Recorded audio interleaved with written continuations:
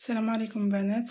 اليوم جيتكم بفيديو جديد اللي هو مزيل العرق بواسطة هذا الحجرة تاع مش عارفه كيفاش تسموها، بخور، عنبر، مش عارفه. عنبر هو نورمال لانه يفوح تاع الجسم، يعني ماشي تاع المهم حاجة ولا المسك، يعني المسك هذاك اللي يجي رطب كما كنت تشوفوا راه مبشور.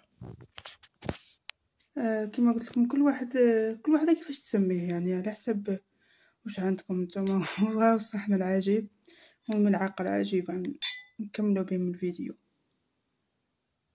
اول شي راح نفتح العبوة. وليت لكم بعد ما فتحت القارورات والعبوات تاع الادوات اللي نحتاجوهم. طبعا ما الورد ما يخطينيش ابدا، يعني وراح نبدا بسم الله.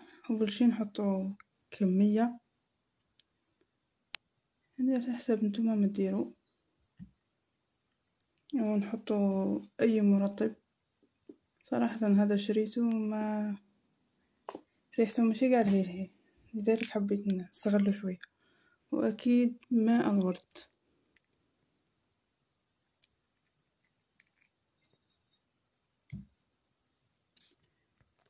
ونخلطه عادي جدا.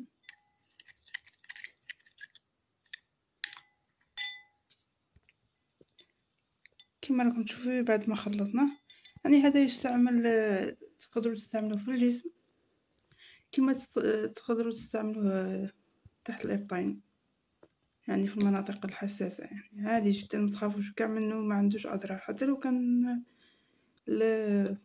كما نقولوا جسمك حساس ولا، يعني عادي ما تخافيش منه وما يديرلك والو، بالعكس يعطي ريحه طول الوقت. يعني تقدروا تزيدوا له شويه مسك الطهاره.